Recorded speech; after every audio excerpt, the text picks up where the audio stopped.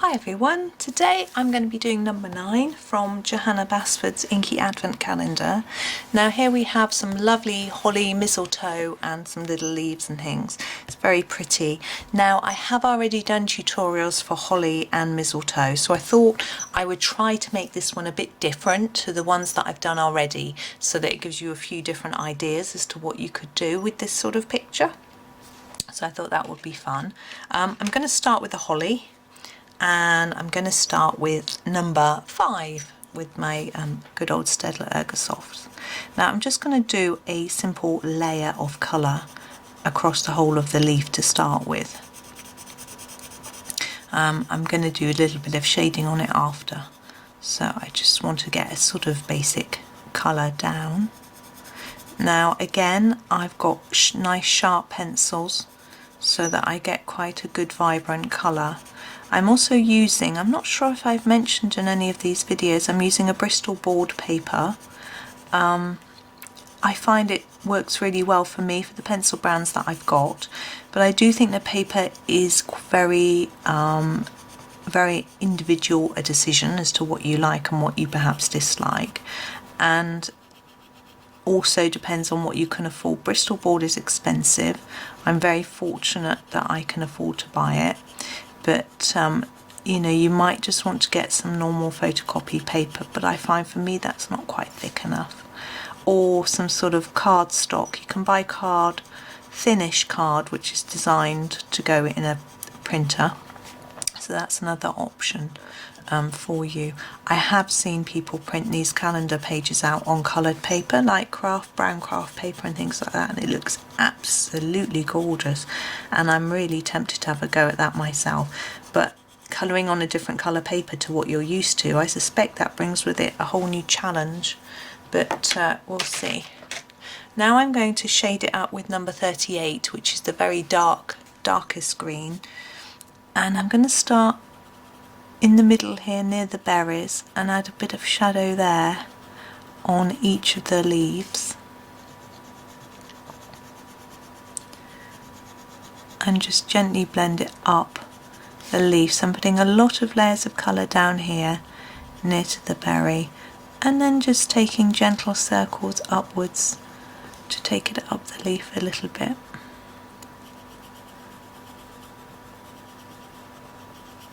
There we go. Now the top of the leaf, I want it to, it looks quite, there's a lot of white space still showing through essentially, so I'm going to go back with my number 5, and I'm not going to go over the top of the bit that I did quite solidly near here, but the bit that I gently blended upwards, I'm going to go over that, and I'm not going to take this all the way to the tip though, just to about here. So I'm doing a darker layer nearer to the bottom, and then lightening up as I go towards the end of the leaf, and I will add another colour in to the end just to try and give it some slight contrasting colour, not all flat and all the same colour. I just think it adds a little bit of interest to the leaves, and it gives you a few different ideas as to what you can do. So exactly the same with this one. And then on the end of the leaf I'm going to do this quite light colour. This is number 50, it's really hard to see the number. And I'm just going to take this over the whole leaf just to blend it all together and to try and fill in all those gaps. I'm pressing as hard as I can. If you haven't got really thick paper, don't press really hard, do lots of layers.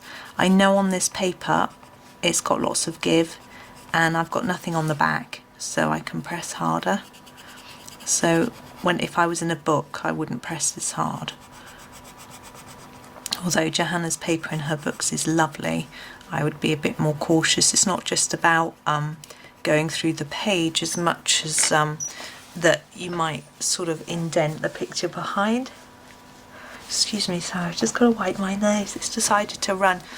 Right, so there's the holly. We're going to add a few white pen highlights at the end, so there will be a little bit more to add, but I'm going to do these little leaves here next, and I'm going to take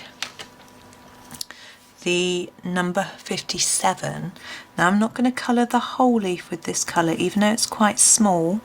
I'm going to do quite an intense amount of colour here at the base and then fade it up the leaf and leave it pale. I'm going to add another colour on the end. I'm going to do the same with all of them, so quite a lot of colour here and then paler towards the tip. That one isn't blended out very well. It's a bit easier with the larger leaves. There we go. So more layers in the tip and less towards the end. It's just the same technique all the way through, all the way down this little branch. There we go. And the ends of the leaves, I'm going to use a little bit of brown, number 49. Now, the reason I think brown works quite well in this sort of Christmassy picture is because once we do these red holly berries, the colours are quite, the brown colour is quite similar to the red from the berries. I'm going to do a slight orangey start to the berries as well, you'll see when I do it, to sort of bring the colours together. I also think this looks quite almost goldy slightly. So what I'm doing is I'm putting more colour on the tip in exactly the same way as I did with the other, but it's the other way round. So more layers of colour in the tip and then gentler towards the middle, so then the two colours come together. There we go. Now the mistletoe. Now, as I say, I've done mistletoe for you before, and some mistletoe is dark and some mistletoe is very pale green. There are different varieties, so I think what we're going to do for this is do a slightly darker looking variety of mistletoe so that you can get a different idea. I'm going to use yet another different green. This is number 52, and I'm going to start with the stem and do the whole of the stem with this colour, but with the leaves I'm not. I'm going to do more layers of colour here and lighten it towards the tip the same way we did with the other leaves, and we're going to add in a different colour green, you'll see in a moment. Now we've got quite a cluster of mistletoe berries.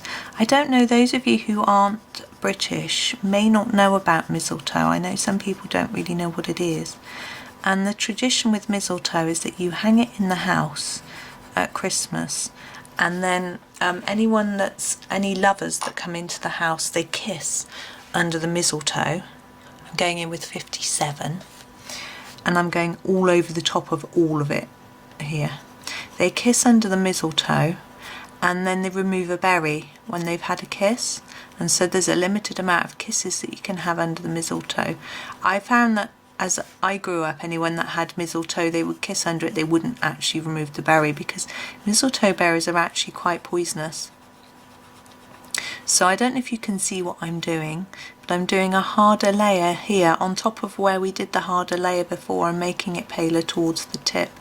And you see it's changing the shade of green a little bit.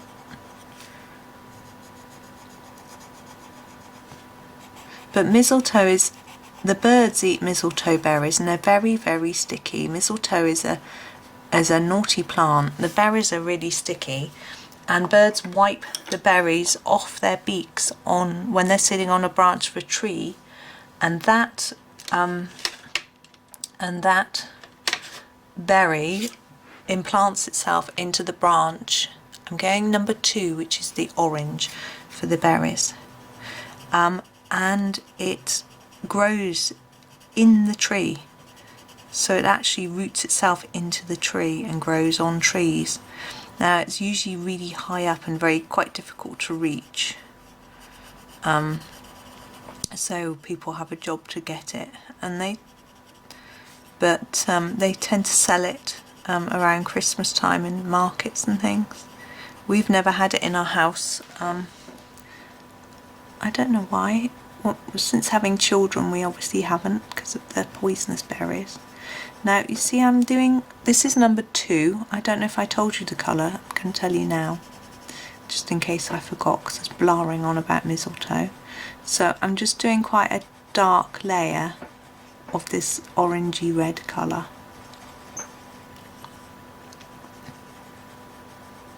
I think it's rather a good colour, but I'm going to shade it up with the red, which is the number 29, and I'm just going to do some darker bits at the bottom.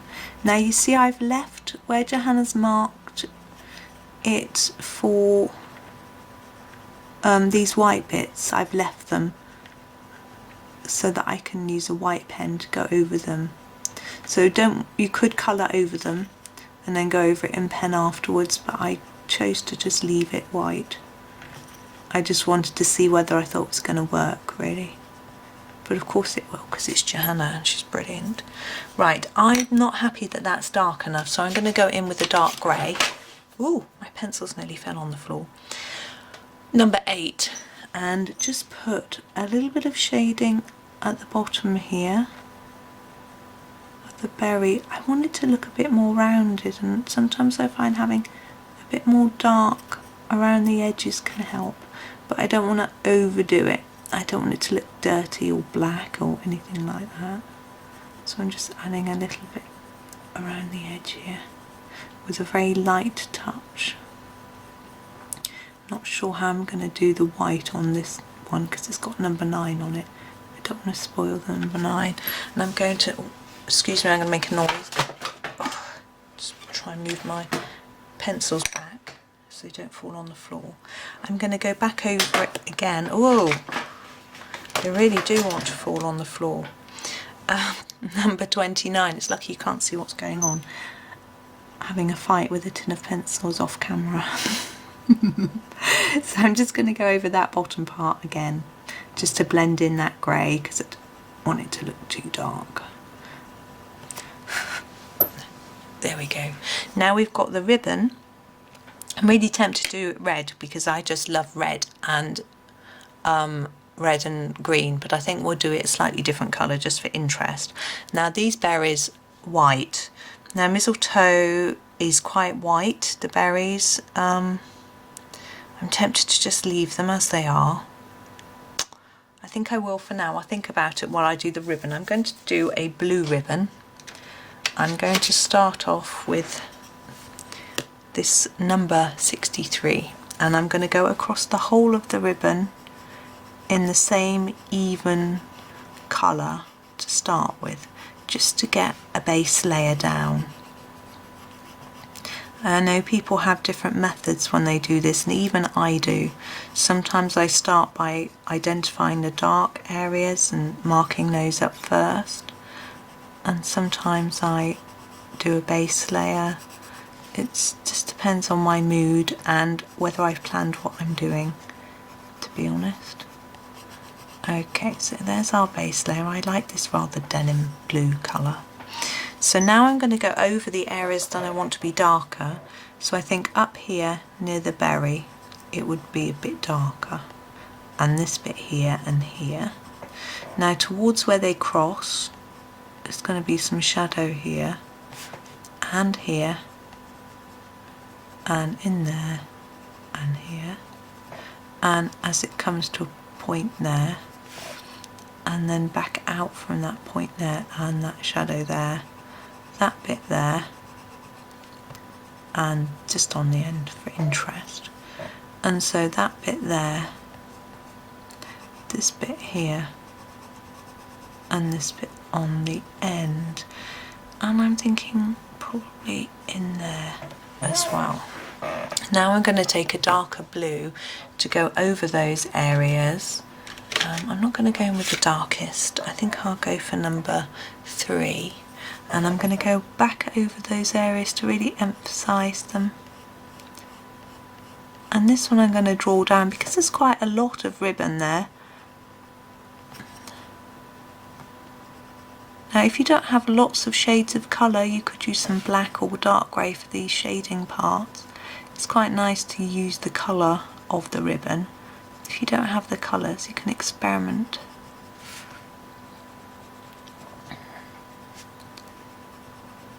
And the good thing with a printout is you can, if it goes horribly wrong, you can just have another go, which is quite nice. I find it can boost your confidence rather than going straight into a book. There we go. Now, should we leave it at that, or should we go over it a little more? I think I'm going to take my pale blue, number 30, and just go right over the top of everything to bring it together and to get rid of those white bits and make them look light blue. That's my plan.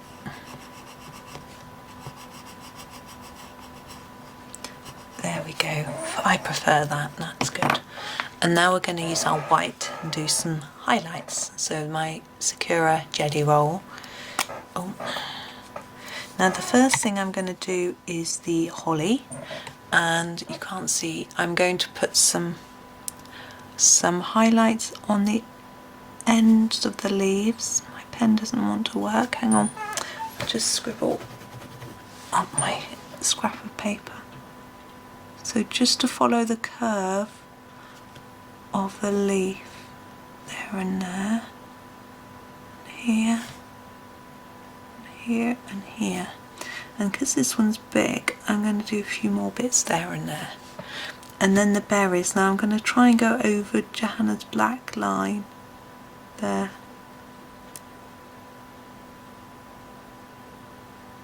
And I'm going to pop a little bit there beside the number 9. And then the ribbon, I'm just thinking, should I do a little bit of shine on the ribbon? Maybe a little bit here and a little bit here. Just, that's too small. There we go. So it just looks like it's catching the light in a few places. There, I think that's enough. Now the mistletoe. I don't know if these berries really need to be white, but I'm going to make them white. So they're really bright. Because my paper isn't pure white, it stands out just a little bit. And I'm going to just do a little touch on the end of each leaf.